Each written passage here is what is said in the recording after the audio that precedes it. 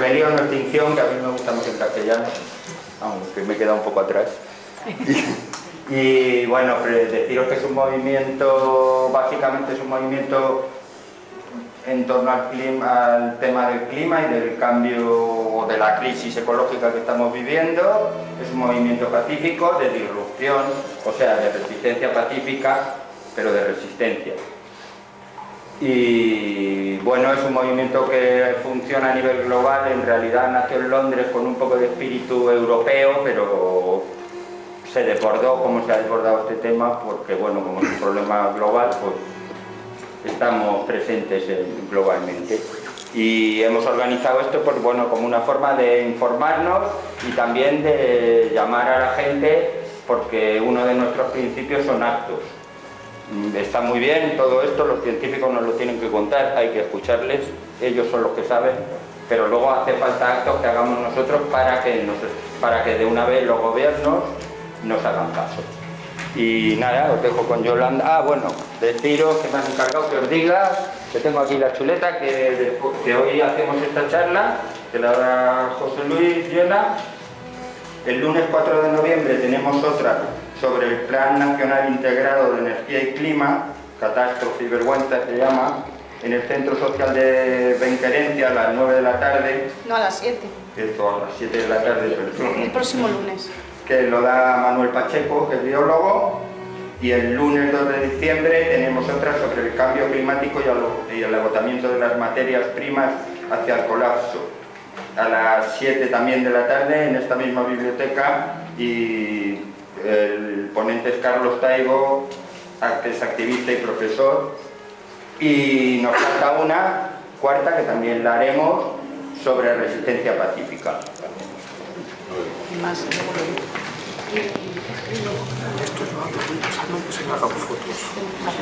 tenemos ahí unos trípticos para que lo vayáis viendo, que presenta el movimiento. Yo os presento a José Luis, aunque ya lo habéis leído ahí eso, pero bueno, os digo que José Luis forma parte del movimiento de Rebelión o Extinción y de Alianza por el Clima, nos ayuda siempre en todo, él es el que sabe, nosotros somos los activistas. Yo soy el que sé de algunas cosas. El que pone así un poco las abiertas.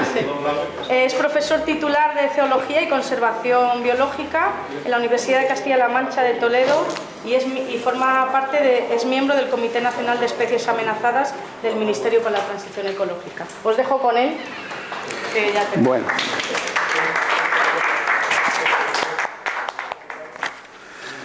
Bueno, pues buenas tardes y muchas gracias por haber venido. Os lo agradezco muchísimo. Gracias también al resto de los miembros del Grupo Extinción Rebelión, porque sin ellos no sería posible esto. Gracias también a Ecologistas en Acción, que también está siempre ahí detrás y nos está apoyando en todo. Y gracias a la biblioteca por habernos dejado el salón de actos. Cuando uno se enfrenta a una cosa como esta, a dar una charla, pues siempre se siente de alguna manera un poco protagonista, ¿no? ¿Qué le vamos a hacer? Si es que no te puedes escapar. Pero me gustaría que los protagonistas hoy fuéramos todos. Lo que a mí me gustaría, que luego no sé si lo lograremos o no, es que después de haber hablado nos quedara suficiente tiempo como para debatir aquellas cuestiones que penséis que son más interesantes o aquellas dudas que se os hayan generado o que hayáis tenido antes ya de venir aquí, ¿no? Eso sería lo ideal. Vamos a ver si nos da tiempo. Por eso a lo mejor he traído mucho material, he sintetizado muchas ideas fundamentales que tienen que ver con la crisis ambiental actual. Las he sintetizado y las he tratado por todos los medios de traducir a un idioma que esté ajeno a los tecnicismos, que sea entendible para todo el mundo. Vamos a ver si lo he logrado. De todas formas, se me escapará algún tecnicismo, es inevitable, porque yo soy profesor y estoy acostumbrado a usarlos, ¿no? En el momento en que use una palabra o un giro o lo que sea que no entendáis a qué me estoy refiriendo, por favor, me lo preguntáis en ese momento.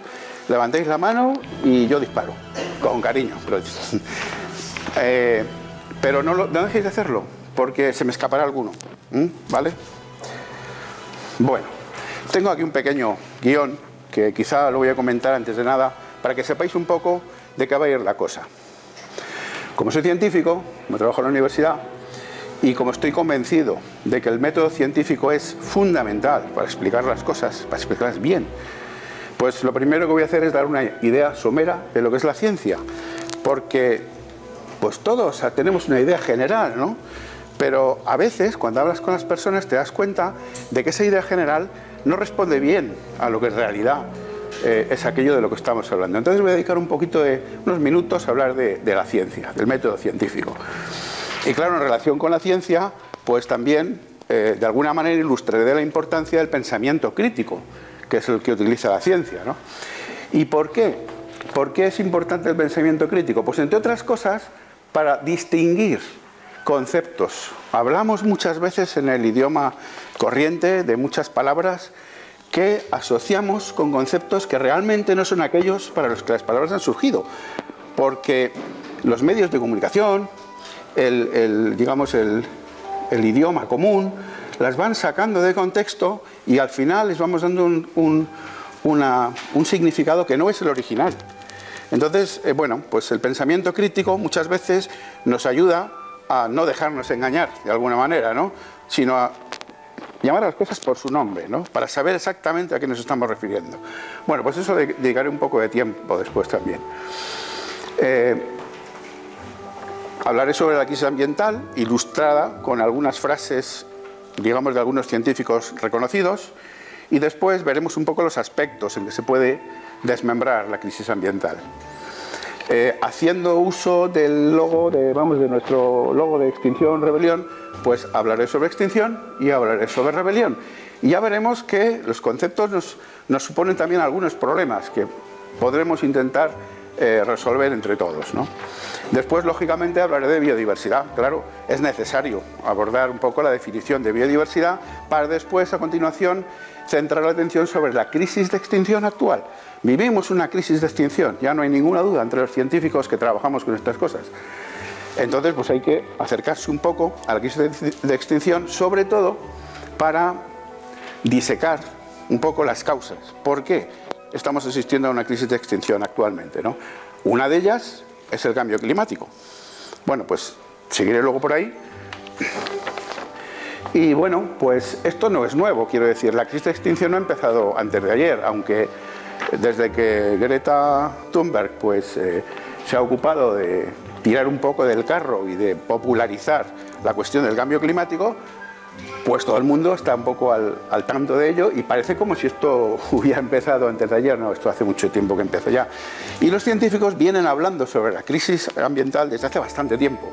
Entonces me interesa también hacer un breve recorrido histórico sobre los principales hitos de la historia del conservacionismo. Bueno, y terminaremos con el concepto de sostenibilidad, claro. Es la única vía que tenemos para que las cosas vayan como tienen que ir, la sostenibilidad. Una palabra que todo el mundo tiene en la boca, pero que muy poca gente utiliza adecuadamente. Porque oímos, como decía antes, hablar de las cosas y las sacamos de contexto. Y a veces acabamos dándoles el significado justo contrario del que tienen originalmente, ¿no? Hoy en día sabemos perfectamente lo que es la sostenibilidad y sabemos cómo medirla en cada cuestión concreta. Así que haré un poco de énfasis en esto y acabaré hablando, relacionando los objetivos de desarrollo sostenible, los famosos ODS. No sé si os suenan. Bueno, luego contaré lo que es eso. Para terminar, poniendo el énfasis, poniendo el foco en la escala local. Como todo el mundo me pregunta siempre por eso, oye, ¿yo qué puedo hacer? Bueno, pues ahí tengo una lista de cuestiones que podemos hacer, que obviamente no son mías, yo no invento nada, simplemente las he recopilado para ofrecerlas aquí a vosotros y que las podamos discutir más adelante. Así que sin más, vamos a ir empezando. Como me ha dicho Yolanda, pues yo trabajo en la universidad y por lo tanto soy científico. La misión fundamental de la universidad, la fundamental, aunque hay otras, es la génesis de conocimiento, la creación de conocimiento, ¿no? ¿Y cómo se genera el conocimiento hoy día? Pues básicamente a través del método científico, a través de la ciencia. Una de las ideas que yo trato de inculcar a mis alumnos, no solamente con la palabra, sino también con el ejemplo, a medida que puedo, es la aplicación rutinaria del método científico, no ya en el aula, no ya en la universidad, sino en el trabajo, en el ámbito laboral. No es lo mismo suponer que esto puede ser así que contrastarlo. Es muy diferente. No es lo mismo el método de ensayo y error que haber contrastado una cosa previamente y aplicar la solución que te dice, pues eso, la comprobación del asunto, ¿no? Eso es una cuestión fundamental. Y esta es la palabra clave de la ciencia, la comprobación, y la que distingue el procedimiento científico de pensar del procedimiento habitual. Están aquí resumidos los dos. El pensamiento habitual, el que todos usamos constantemente en la vida, es el procedimiento que se llama, en epistemología, el procedimiento inductivo. Y lo que genera son opiniones, juicios que son personales y subjetivos. Todos estamos constantemente emitiendo juicios de todo lo que nos rodea. A veces son juicios que verbalizamos y a veces que no, pero nuestro cerebro funciona así, inductivamente. Sin embargo, el pensamiento científico, digamos que es un poco diferente. Es el método hipotético deductivo, que lo que hace es generar resultados contrastados, que por lo tanto no son personales, sino generales. Si todos usamos las mismas maneras de medir, obtendremos para las mismas preguntas respuestas similares, no la misma, pero respuestas similares, ¿no? Y por lo tanto, pues los resultados son más objetivos. He puesto objetivos entre comillas porque la objetividad total ya sabemos que no existe, ¿no? Pero bueno, nos vamos acercando a ella. Este grafiquito de aquí tan bonito y de colores, bueno, no quiere decir un poco nada más que esto que acabo de decir ahora mismo. Observaciones que hacemos al cabo del día y el proceso de interpretación y la interpretación final. ¿Qué pasa con el procedimiento, el pensamiento habitual de tipo inductivo? Pues pasa lo que decía Campoamor. No sé si, bueno, todo el mundo conoce esta frase, ¿no? En este mundo cruel, nada es verdad ni mentira, todo es cuestión del color del cristal con que se mira.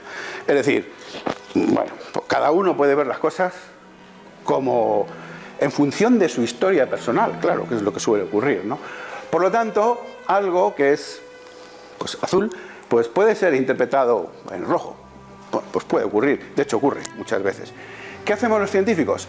Pues los científicos lo que hacemos es que establecemos un filtro, es decir, medimos e interpretamos, comparamos e interpretamos. Por lo tanto, consideramos las observaciones preliminares como hipótesis, que es lo que quiere decir la H esta. Hipótesis, ¿qué es una hipótesis? Un supuesto. O sea, yo creo que esto es así, pero creo. Entonces, ¿qué hago? Lo compruebo. Mediante análisis contrastamos esa hipótesis y al final, ¿qué pasa? Pues que todos los que estamos contrastando la misma hipótesis solemos llegar a la misma conclusión, porque lo hemos medido con el mismo método de medida, que muchas veces no es la conclusión que esperábamos, es otra, casi siempre. Pero bueno, es un poco diferente, ¿no? O sea, digamos que es un poco más complejo el método científico. Ah, una cosa, se me olvidaba, sí. Esto permite acotar poco a poco el error o incertidumbre y hacer predicciones fiables. Esta es la gran, digamos, la gran ventaja del pensamiento científico, que puedes hacer predicciones que se pueden cumplir. Porque si hemos contrastado varios determinados supuestos, bajo las mismas condiciones, se cumplirán las mismas circunstancias, tendremos los mismos resultados.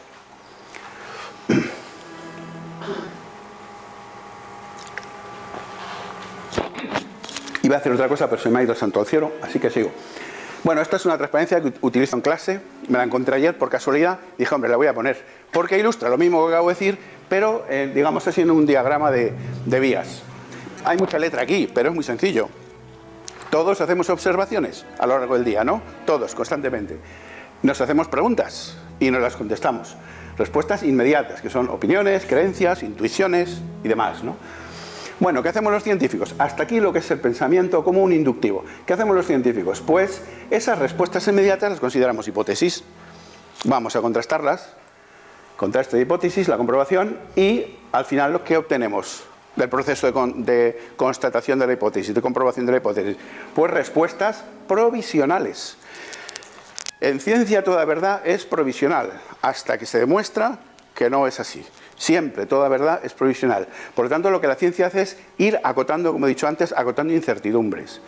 Claro, esto nos hace sentirnos mucho más seguros, al fin y al cabo, dentro de la duda que siempre tenemos de que algo se pueda demostrar en algún momento que no era tan cierto como creíamos, ¿no? ¿Y cuál es ese procedimiento de contraste de hipótesis? pues normalmente lo que hacemos es un diseño, que puede ser observacional o puede ser experimental, una toma de datos, una comparación mediante análisis estadísticos y una confirmación o refutación de la hipótesis. Si se confirma la hipótesis, lo consideramos la explicación provisionalmente válida. Si no se confirma, pues tenemos que volver a empezar. Tenemos que volver a diseñar, tenemos que replantear la pregunta, diseñar otras observaciones, otros experimentos, volver a tomar datos, etc. Así hasta quedamos con una respuesta que realmente nos satisface la pregunta que nos hemos hecho. Claro, esto es costoso, pero es mucho más seguro, ¿no? Bueno, lo voy a dejar aquí porque voy a seguir mucho más.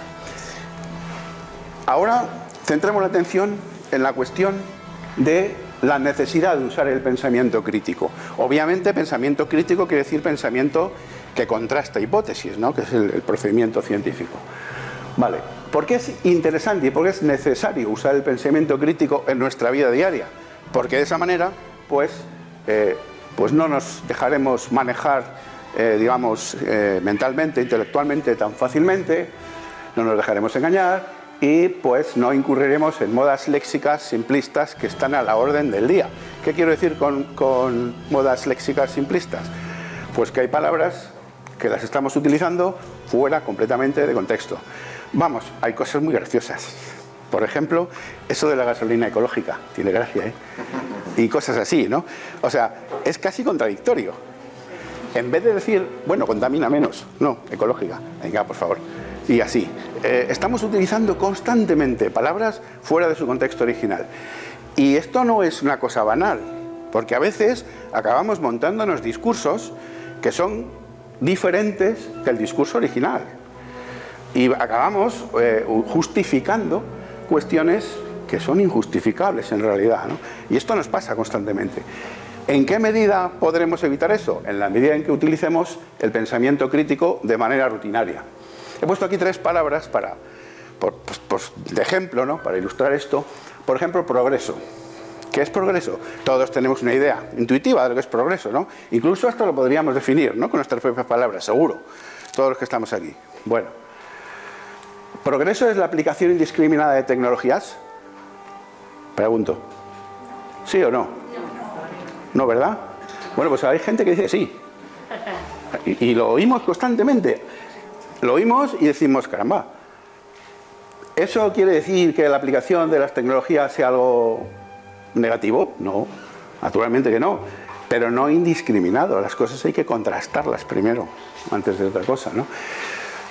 Podríamos definir progreso como la mejora vital integral, a que eso sí que nos cuadra un poco más. Una mejora integral del individuo, integral en todos los aspectos. Hay una palabra que hoy día casi no se utiliza porque da como vergüenza, espiritual. Pues no tiene por qué dar vergüenza. Eso no quiere decir que yo defienda que tenemos un espíritu con alitas y cosas. ¿Qué va? Digamos que algo interior, algo interno, ¿no? Bueno, pues en ese sentido, Wilson, que es un entomólogo pues, muy famoso, pues postuló el término biofilia. ¿Os suena este término? Término biofilia, él escribe un libro que se llama así, Biofilia. Bueno, ha escrito mucho, de muchas cosas, ¿no? Pero postula el valor sentimental de los animales, en este caso, o de los organismos, ¿no? Y su importancia para los humanos. Que no somos máquinas, que no funcionamos como si estuviéramos al margen de lo que ocurre en la naturaleza, aunque cada vez el humano urbanita del siglo XXI cada vez está más alejado, ¿no? Empezamos a alejarnos de las cuestiones, digamos, del suelo con la revolución industrial, que como todo tiene sus pros y sus contras, y vivimos muy al margen de las cuestiones que tienen que ver con nuestro entorno más cercano, con el entorno que toda la vida, durante toda nuestra historia evolutiva, ha sido nuestro entorno, ¿no? Entonces Wilson pues acuñó este término de biofilia para definir este sentimiento, ¿no? Que estamos perdiendo a marchas agigantadas. ¿Habéis oído hablar de solastalgia alguna vez? Pues se ha definido entre los psicólogos como el síndrome de depresión constante, suave pero constante, que se les produce a las personas cuando se les saca del contexto natural, cuando se les priva del contacto con el contexto natural. está muy bien definido en la literatura psicológica. Bueno, lo dejo aquí así como pincelada, más que nada para despertar el interés y que indaguéis por ahí, ¿no? Aquí hay, como siempre, pues unas cuantas referencias bibliográficas sobre esto que estoy comentando. De biodiversidad, yo creo que no hace falta casi decir nada. Todo el mundo ha oído hablar 1000 veces de biodiversidad, ¿verdad? Desde los años 90 para acá todo el mundo habla de biodiversidad. Pero realmente estamos diciendo lo que significa, nos estamos refiriendo a lo que significa en realidad la biodiversidad o no. Muchas veces, por las cosas que yo oigo, parece como si se refiriera a la gente a la biodiversidad como algo bonito, como si fuera un florero.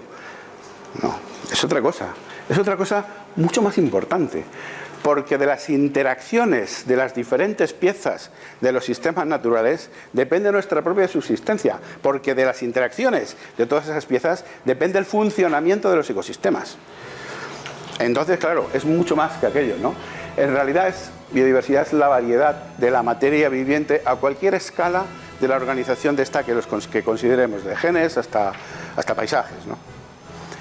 Y sostenibilidad, por último. Bueno, esto ya, lo de sostenibilidad ya es una cosa, todo el mundo la sostenibilidad, y es una cosa que son, de verdad, que son fascinantes, sobre todo a los gestores, a los encargados de tomar las decisiones, por nosotros, que eso es otra cosa en la que no me voy a meter. Resulta que todo es sostenible, de repente, y cuando escuchas el mensaje, cuando escuchas el discurso, resulta que están queriendo decir justo lo contrario de lo que significa sostenibilidad. Porque a lo que se refieren es, esto nos va a venir bien para producir lo máximo posible. Anda. Y eso es sostenible. Caramba. Pero si es justo lo contrario. Si sostenibilidad se refiere al uso de los recursos actuales que tenemos ahora, sin comprometer su uso para las generaciones del futuro. Por lo tanto, es un concepto contrario al concepto de máximo aprovechamiento, que es el concepto que deriva de Fordiano, después de la Segunda Guerra Mundial, de la máxima producción posible, ¿no? Que nos ha llevado a grandes cotas de bienestar, pero a problemas con el ambiente pues bastante grandes, ¿no? O sea, que sostenibilidad no es el uso máximamente eficaz para nosotros de los recursos naturales, lo cual define al productivismo intensivista, sino es el uso sostenido para que las generaciones futuras puedan seguir usando de los recursos naturales tal como usamos nosotros, ¿no? Algo que en teoría es muy fácil de definir, algo que en la práctica es mucho más difícil de lograr, y ya lo estamos viendo, porque hay muchas cuestiones ahí detrás, ¿no? Bueno, importancia de llamar a las cosas por su nombre, y para ello de usar el pensamiento crítico. Bueno, todo esto como prolegómeno, ¿no? Como introducción de la cuestión. Me parecía muy importante insistir en esto, y me parece muy importante también, lo hago mucho en clase, ¿no? Porque me parece que estas cosas son las que sitúan todo en un marco, digamos, que después te permite mantenerlas fijas y no que se te caigan, ¿no? Bueno, vamos a entrar con la crisis ambiental y con la situación de emergencia climática actual. Existe un consenso, he puesto en letras mayúsculas, consenso científico muy mayoritario de que estamos asistiendo a una crisis ambiental severa. Y además estamos a las puertas de un colapso, que en cierto modo puede haber empezado ya. De esto hablará Carlos Taibo el día 2 de diciembre. Así que entre nosotros existe una necesidad, entre los científicos me refiero, una necesidad ineludible de adoptar criterios de gestión sostenible de los recursos naturales para evitar, en general, pues toda la presión sobre el medio natural en todas sus manifestaciones. Y esto no es nuevo, ya digo, esto viene desde hace tiempo. Esta frase que he recogido aquí es del año 1992. Está escrita en un artículo capital que escribieron Ehrlich y Wilson, Paul Ehrlich y Edward Wilson. Wilson fue el que ideó la palabra biodiversidad en el año 92. Bueno, pues en este artículo publicado en la revista Science, ellos decían en el 92, si pretendemos que exista alguna oportunidad para frenar la pérdida de biodiversidad, se tiene que pasar a la acción inmediatamente. Año 1992. La estrategia indispensable para salvar a las criaturas vivientes que nos acompañan y en definitiva a nosotros mismos es reducir la magnitud de las actividades humanas, como demuestra la evidencia de manera meridiana. La tarea conducente a satisfacer este objetivo constituirá un esfuerzo cooperativo mundial sin precedentes en la historia, y tanto. Si la humanidad no puede moverse con determinación en tal sentido, todos los esfuerzos que se están llevando a cabo actualmente en relación con la conservación in situ no conducirán a nada. Y el futuro de nuestros descendientes estará en peligro. Año 1992, Ehrlich y Wilson. Quizá las dos autoridades más importantes en biología de la conservación. Han pasado muchos años, muchos. Y estamos bastante peor que estábamos. En el año 1992, el mismo año, un grupo de científicos muy proactivos, a los que luego nos añadimos muchos otros, que pues fundaron la Unión de Científicos Preocupados. Así en castellano queda un poco raro, pero en inglés pues queda más, no sé, parece que tiene más sentido. Al final se juntaron 1.700 científicos para firmar, pues hicieron un manifiesto que se llama Advertencia de los científicos del mundo a la humanidad. Un título así un poco fuerte, ¿verdad? Pero es que todos los datos que daban ahí, y ahora veremos algunos, pues daban un poco de miedo, ¿no? Y en este artículo, en este manifiesto, ellos dijeron: se requiere un gran cambio en nuestra gestión de la Tierra y de la vida en ella. Repito, año 1992. Estamos en vías de sufrir una colisión con el mundo natural. Los daños reales, potenciales o inminentes sobre el planeta Tierra conducen al agotamiento del ozono y de la disponibilidad de agua dulce. Bueno, el ozono, sabéis, es la única variable que se ha recuperado. De todas las variables que se miden y que estaban en situación crítica, el ozono se ha recuperado porque se lo han tomado en serio los políticos, porque se lo tomaron en serio. El resto no se lo han tomado en serio. Bueno, a ver, pero yo no me lo creía. Yo pensaba que el ozono, eso no había que lo recuperar, y se ha recuperado en gran parte. O sea que es una buena noticia dentro de lo que es el panorama, ¿no? Bueno, y de la disponibilidad de agua dulce, al colapso de las pesquerías marinas, a la aparición de zonas muertas en los océanos, a la pérdida de bosques, a la destrucción de la biodiversidad, al cambio climático y al crecimiento continuo de la población humana. Son necesarios con urgencia cambios fundamentales para evitar las consecuencias que traería para la humanidad nuestro presente ritmo de crecimiento. Repito, año 1992.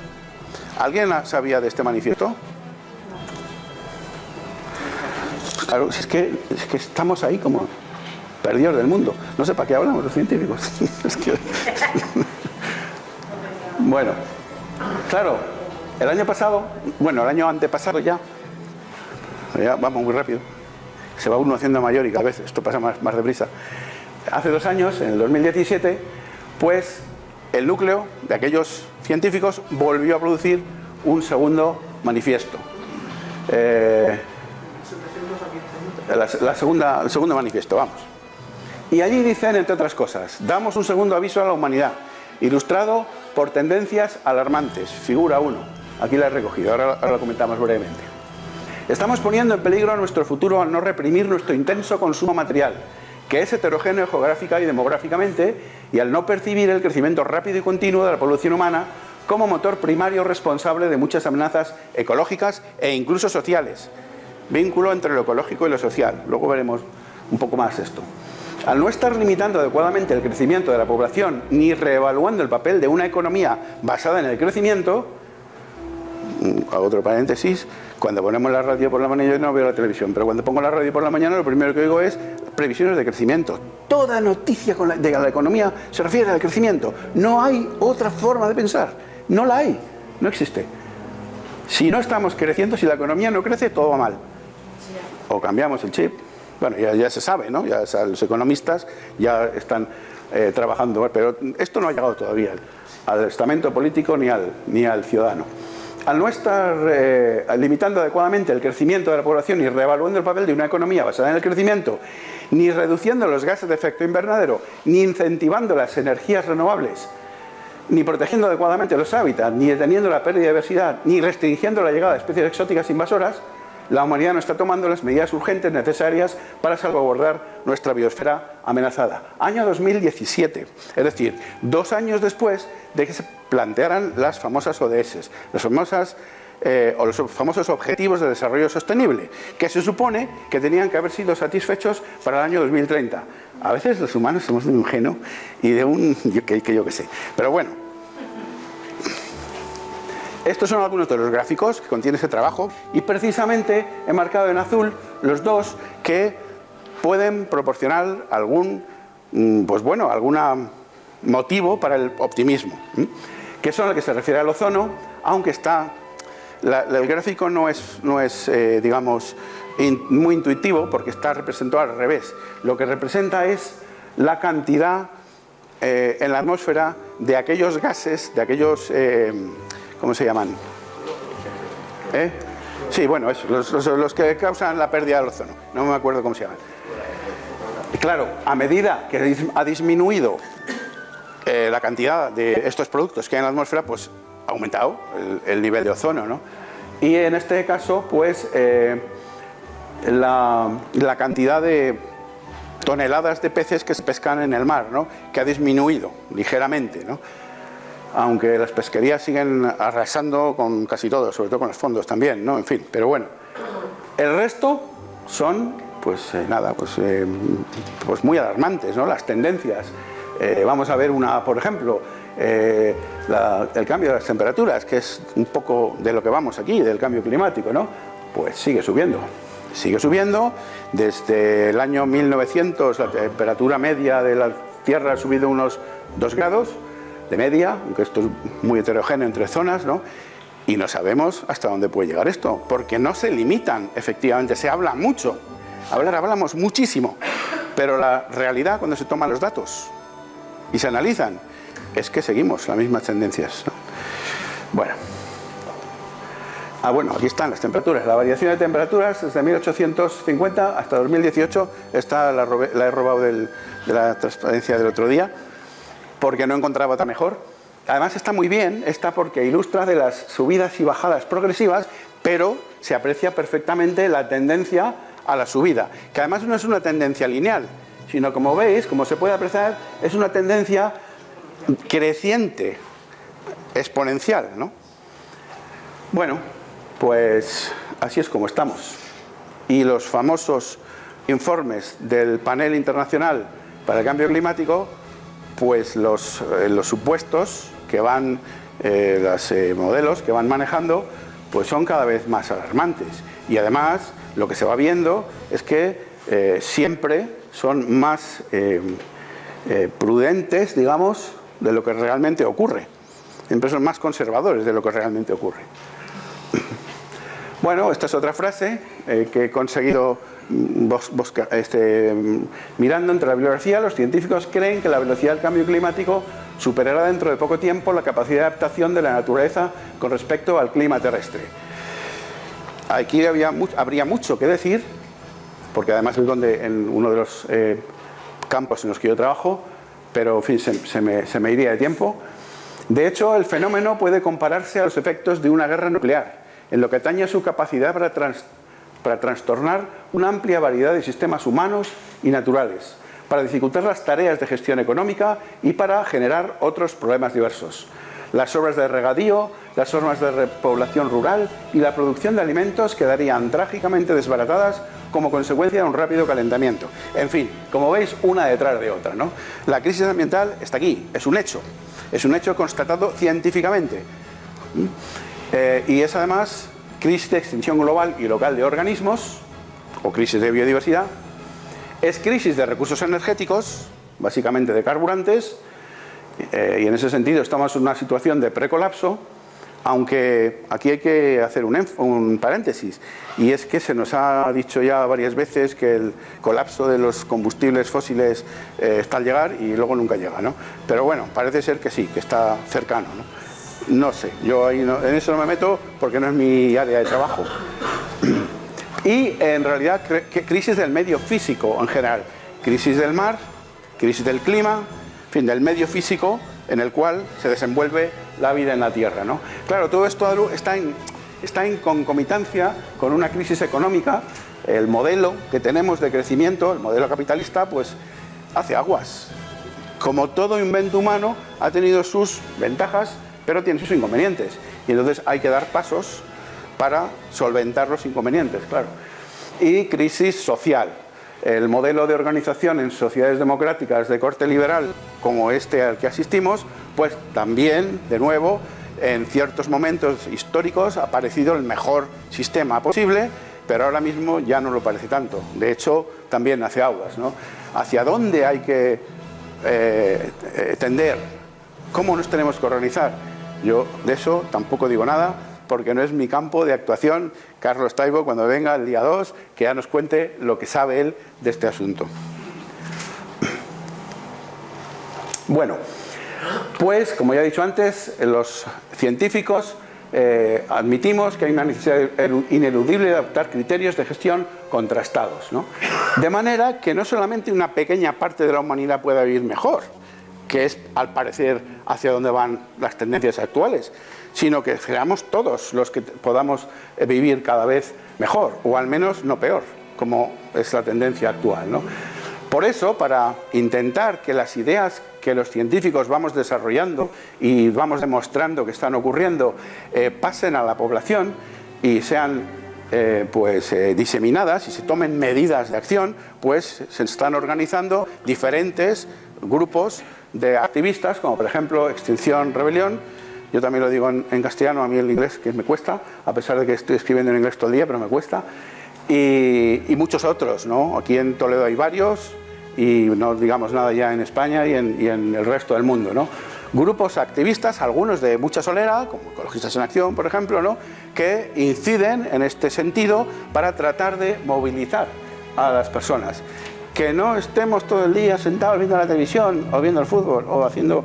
No, coño, que tenemos que ponernos a funcionar, que tenemos que hacer presión a quienes deciden las cosas. Pero ¿cómo es posible que estemos sin hacer la presión si tenemos la catástrofe en ciernes? Y no nos damos cuenta. Seguramente por eso no lo hacemos, porque no nos damos cuenta de lo negras que están las cosas. Pero negras, negras.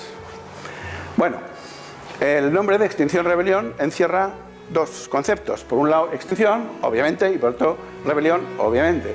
Extinción lo voy a tratar más adelante, cuando veamos la crisis de extinción masiva de organismos en la que estamos inmersos, y daré cifras. Y por otro lado, la palabra rebelión pues implica que si los representantes políticos no actúan con la diligencia que la situación requiere, y no actúan con la diligencia que la situación requiere, pero de largo, pues es ineludible, moralmente ineludible, adoptar posturas de desobediencia civil pacífica. Esto puede sonar así un poco fuerte, ¿no? Es que no hay más remedio. Si es que no hay más remedio. ¿A nosotros nos representan nuestros representantes? ¿Nos representan? No sé, yo qué sé. Hay muchísima bibliografía también al respecto, ¿no? Claro, esto de la rebelión plantea problemas. Yo aquí he puesto dos de ellos, uno digamos blando y otro duro, ¿no? Claro, ¿cómo presionar sobre los legisladores y tomadores de decisiones? Pero ¿cómo presionar con los datos en la mano? No porque digamos, esto no me gusta y lo tenemos que cambiar. No, con los datos en la mano, ¿vale? Pues es problemático esto de cómo presionar sobre los legisladores y tomadores de decisiones. Entre otras cosas, porque existe un desconocimiento sobre la gravedad de los problemas ambientales muy grande a nivel de la sociedad. Hay muchas personas que perciben que algo pasa, pero muy pocas a las que preguntas y tienen una idea más o menos bien fundamentada de lo que realmente está ocurriendo. Y de hecho hay mucha gente que trabaja en el ministerio, que ahora se llama de Transición Ecológica, que de vez en cuando me preguntan cosas específicas sobre aquello que yo trabajo y me doy cuenta que ellos mismos no saben de lo que están hablando. Es fantástico. Pero bueno, así es. Con lo cual, la labor pedagógica es fundamental. Por eso estoy aquí. Porque a mí me parece que una de las funciones fundamentales de los profesores universitarios, de los investigadores ahora mismo, es hacer labor pedagógica. Tenemos que sacar el conocimiento del ámbito donde se crea y no publicarlo en revistas de alto impacto, que sí, para que los demás científicos sigan trabajando, sino diseminar el conocimiento entre la población. Es que no hay más remedio a las alturas a las que estamos, ¿no? O sea que es necesaria la educación ciudadana y la divulgación rigurosa. Y por otro lado, la otra pregunta que yo no sé responder es cómo evitar la criminalización de la actitud de insumisión pacífica en unas circunstancias cada vez más autoritarias. Pues yo no lo sé, no tengo ni idea, porque de estas cosas no sé nada. Pero yo diría, en principio, que adoptando nosotros, si queremos adoptar esta postura, pues tendríamos que ser sensatos para evitar visceralidades irracionales que no conducen a ningún sitio. Adoptar el sentido crítico, trabajar con sentido crítico para evitar la especulación y tratar de ser dialogantes para evitar actitudes impositivas. Si no nos gustan las actitudes impositivas en los demás, a los demás tampoco les gustarán las actitudes impositivas en nosotros. Entonces yo creo que es lo que se me ocurre. Pero claro, esto es muy general. ¿Cuál es la solución a la pregunta? Pues yo no lo sé. Se lo preguntaré a Carlos cuando venga el día 2 de diciembre. Bueno, ¿qué hora es? Vale.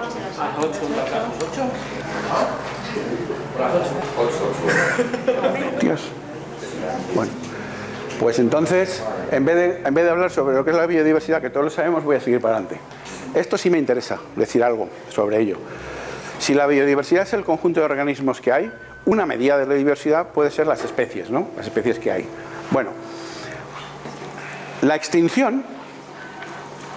¿Cuándo decimos que una especie se ha extinguido? Cuando ya no hay más individuos de esa especie, ¿no?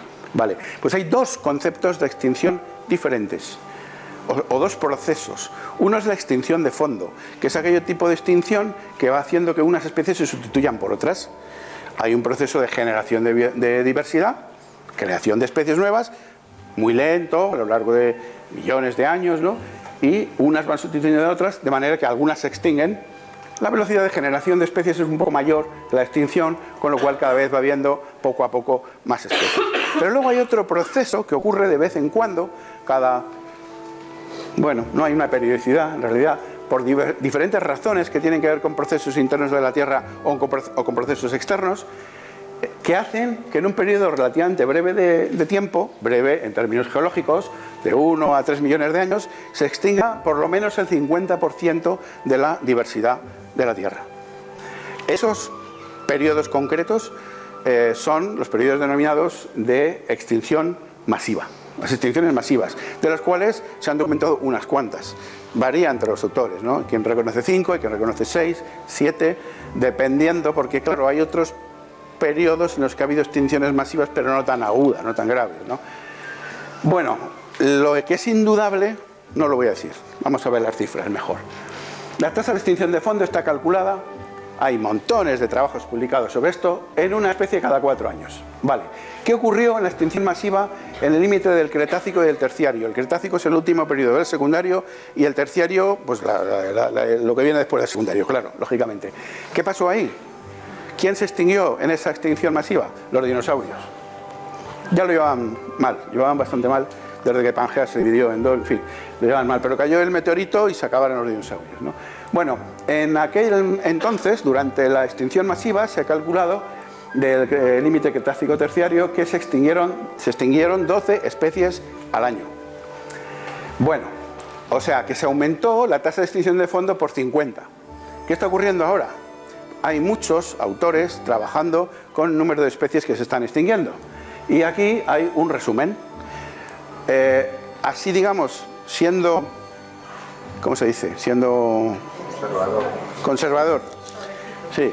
Y para no exagerar y tal, bueno, pues parece ser que la cifra en la que más se coincide es en 6 especies al día.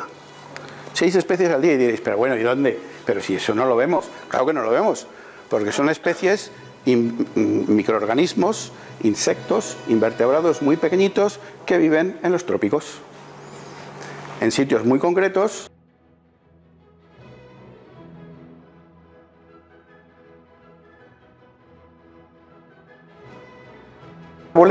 Un árbol que tiene hasta 200 o hasta 400 especies de escarabajos. O sea, cosas que nosotros no nos podemos imaginar aquí, en el sistema en el que vivimos, en Europa. Porque en Europa queda la biodiversidad que queda después de que llegamos aquí, Homo sapiens, hace 40.000 años, y lo redujimos a lo que lo hemos reducido. Por eso hay tan poca diversidad en Europa, ¿no? Bueno, el caso es que esto es para ser conservadores, 6 especies al día, lo cual significa 2.190 especies al año de extinción. Pues una barbaridad, ¿no? Es, por 8.760 veces la tasa de extinción de fondo. ¿Estamos en un periodo de extinción masiva o no?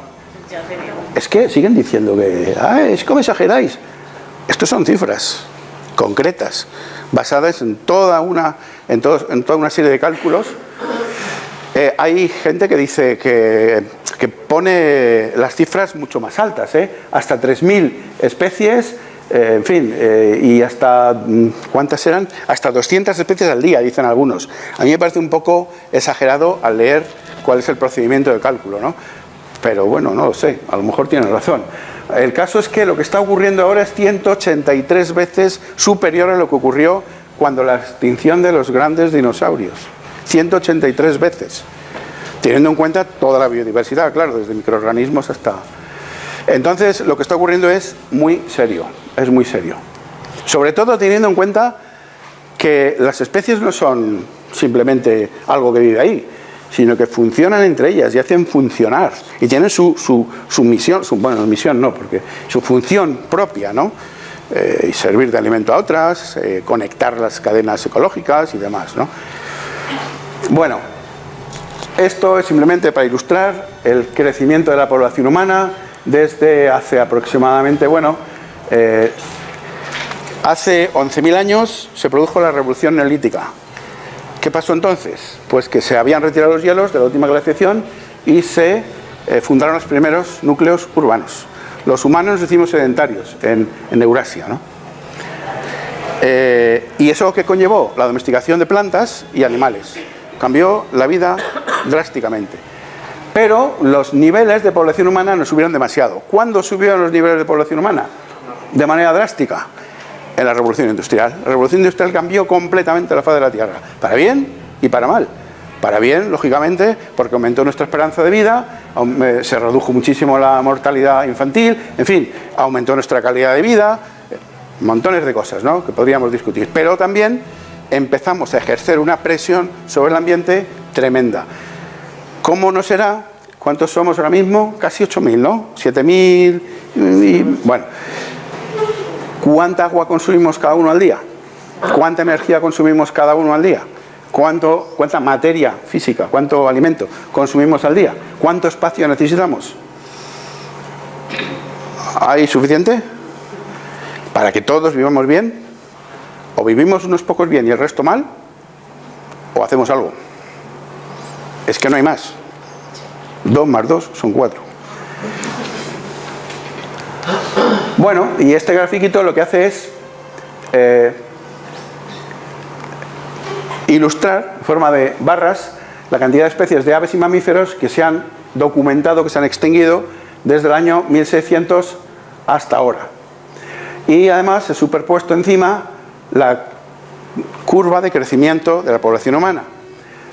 Ya se ve que que solapan completamente.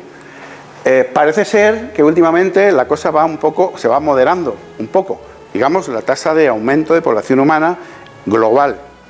No por zonas, porque esto varía muchísimo por zonas, ¿no?, pero global. ¿Y cuáles son las causas de que esto se produzca? ¿Por qué se extinguen especies? Bueno, no me voy a entretener porque ya se me ha hecho muy tarde, pero básicamente los biólogos de la conservación hemos distinguido 5 causas fundamentales. Hay otras, pero no son tan importantes, que son en orden de importancia, la destrucción y fragmentación del hábitat. Esta es la más importante de todas. ¿Cuál es la causa fundamental de destrucción y fragmentación del hábitat? La agricultura. La agricultura es la madre del cordero. La agricultura que es intensiva. Agricultura intensiva hoy día, ¿no?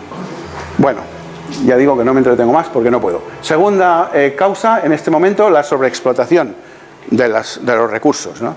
Tercera, la introducción de especies invasoras, que crea unos desajustes en las comunidades naturales fantásticos. Cuarta, las cadenas de extinción. Eso quiere decir que dentro de los ecosistemas, por abreviar, hay especies que son claves, porque ejercen una función muy importante, y muchas otras que son redundantes, porque ejercen funciones que ya ejercen las especies clave, por sintetizar y por decirlo de una manera sencilla.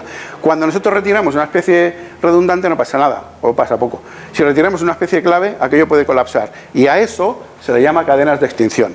Bueno, y por último, el cambio climático. El cambio climático ya está demostrado que está siendo una causa muy importante de extinción actualmente.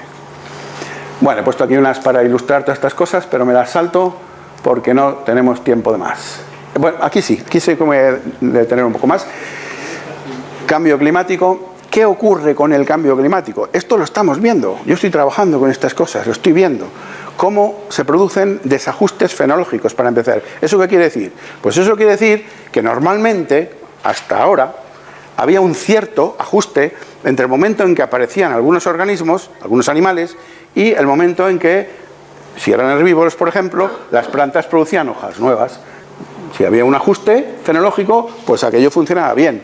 Cuando resulta que las plantas empiezan a, por poner este ejemplo y no poner otro, ¿no?, a echar hojas en un momento dado, cuando todavía no están los insectos que se las comen dispuestos a comérselas, sino que las hojas endurecen ya antes y llegan luego los insectos, no se pueden comer las hojas bien, se morirán la mayor parte de ellos, alguno conseguirá sobrevivir. Y estos desajustes fenológicos están perfectamente documentados ya y están produciendo extinciones locales de poblaciones a un número muy grande. Claro, si yo me extingo, si se produce un desajuste fenológico, no me puedo mover. La alternativa es me muevo. Entonces se producen cambios en las áreas de distribución, pero cambios de una manera fantástica. Estamos examinando ahora bases de datos enormes de faunísticas, de datos desde el año 1700 hasta ahora. Y más o menos ocurría lo mismo, de 1700 a 1900, ahí no se veía que se moviera nada. De 1900 a 1980 y tantos se empezaron a mover las cosas. De 1983 hasta ahora, ahí en el que no entienda nada, porque eso se está moviendo constantemente de un lado para otro. O sea, hay cambios en las distribuciones de áreas muy importantes y los animales no se mueven igual de rápido que las plantas, para empezar. O sea, todo esto está produciendo desajustes en la naturaleza que producen la merma, el declive de muchas poblaciones y la extinción local de otras. Bueno, es que ya me he ido. En fin, aquí he hecho, como os dije antes, un resumen de los principales hitos del conservacionismo, pero quizá voy a ir más bien. El año 1992 fue fundamental porque fue cuando se organizó el convenio para la conservación de la biodiversidad, diversidad biológica, y cuando Wilson acuñó la palabra biodiversidad. Y luego también, a ver, ¿dónde está esto? Aquí. En 1978 se fundó, no, a ver, ¿dónde está? Aquí. Se funda la Sociedad de Conservación Biológica y la primera revista, o sea, hacia 1985. Hacia entonces fue cuando la disciplina de la conservación biológica, que trata de conservar la mayor cantidad de biodiversidad posible en el contexto de la extinción actual, desde entonces existe esta disciplina científica, antes no existía. O sea, es una disciplina bastante nueva, ¿no?, que recoge toda esta preocupación que había ya en el mundo, primero en el mundo ecologista y después ya en el mundo científico, ¿no? Y por último, pues bueno, aquí están, digamos, otros hitos. En 2015 fue cuando la ONU, a través de una serie de paneles que tiene, pues proclamó estos objetivos de desarrollo sostenible o Agenda 2030, que a ver si puedo nombrar brevemente después.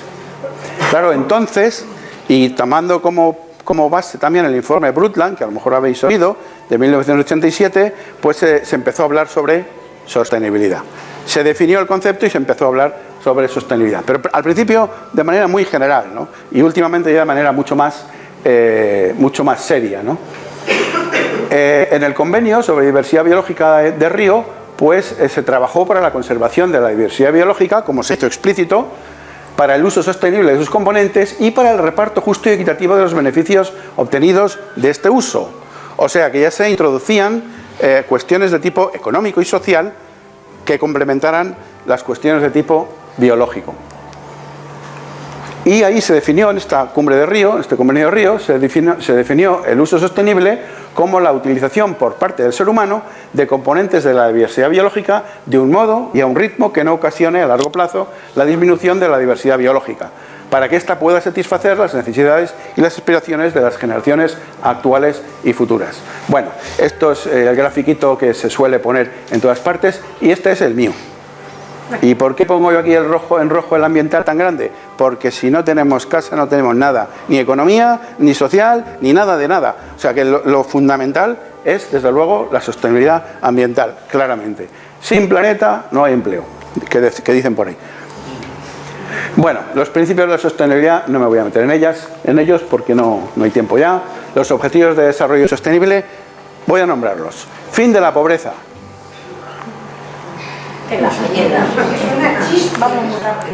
Hambre cero. Salud y bienestar. Y estamos privatizando todo. Educación de calidad. No digo nada. Igualdad de género. Bueno, así sucesivamente. Hay uno que a mí me cruje. Sí, porque estos me parecen muy bien. Parece que está muy bien como declaración de intenciones. Pero hay uno que me cruje. A ver. No. El 8. Es exacto. Trabajo consciente y crecimiento económico. Crecimiento económico. No, señor. Que no. Que es trabajo para todos y sustento para todos, pero no crecimiento económico. Bueno, de ahí no me voy a meter, que sea Carlos Taibo el que hable de esto el próximo día. A mí este me cruje, los demás me parecen fantásticos y ojalá fuéramos capaces. Pero claro, esto se promulgó en 2015, ya hay una primera evaluación y no se satisface ni uno solo, ni hay previsión de que se satisfagan. Pueden decir lo que digan, se dicen muchas cosas muy bonitas, pero no hay tutía. Entonces, ¿qué podemos hacer nosotros a escala, digamos, personal para contribuir dentro de lo posible a frenar estas cosas? Pues el famoso principio de las 3 R's, yo pongo 5 porque me parece que es un poco más completo, es reemplazar, reducir, reutilizar, reciclar y recuperar. Luego hay una serie de recomendaciones generales que podemos encontrar ya en muchísimos documentos que están por ahí. Por ejemplo, en este que he puesto aquí debajo, podéis pinchar ahí.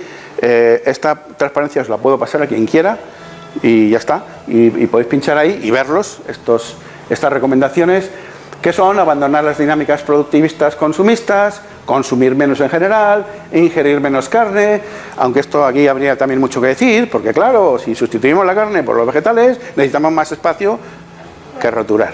En fin, las cosas no son tan fáciles como parecen muchas veces, ¿no?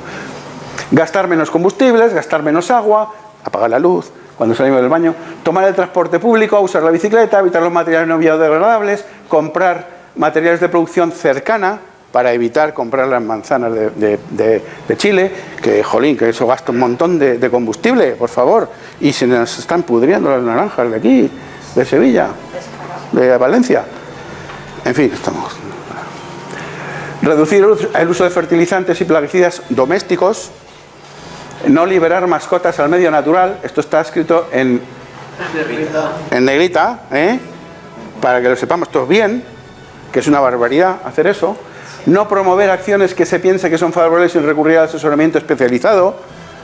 La semana pasada, o el mes pasado, querían plantar 25 millones de bellotas. 25 millones de bellotas. ¿Y de dónde vienen esas bellotas? ¿De dónde vienen? ¿Cuál es el genotipo de esas bellotas? ¿Están adaptadas al sitio donde las van a plantar? ¿Va a sobrevivir alguna de ellas? O sea, tenemos muy buenas intenciones, pero necesitamos contar con los técnicos, porque si no contamos con los técnicos, probablemente lo que hagamos no sirva para nada o sea contraproducente. Y por último, educar, ¿no? Bueno, y últimamente se están popularizando estas medidas ecosostenibles, como las que se han publicado en este librito, que podéis bajaros de internet, podéis descargaros de internet. Es este librito de aquí, que se llama Guía para un modelo de ciudad ecosostenible, y está patrocinado por OMAL, por Sodepaz, por Ecologistas en Acción, por ATAC Castilla-La Mancha, y propone 16 medidas concretas para la ciudad de Toledo. O sea, aquí ya estamos hablando de cosas muy concretas, además evaluables. Para empezar, declarar la situación de emergencia climática y para la biodiversidad. Crear un plan de ordenación municipal riguroso y realista, diría yo. Defensa del río Tajo y sus vegas, sin comentarios. Claro, es que si me pongo. Municipalización de servicios relacionados con el medio ambiente.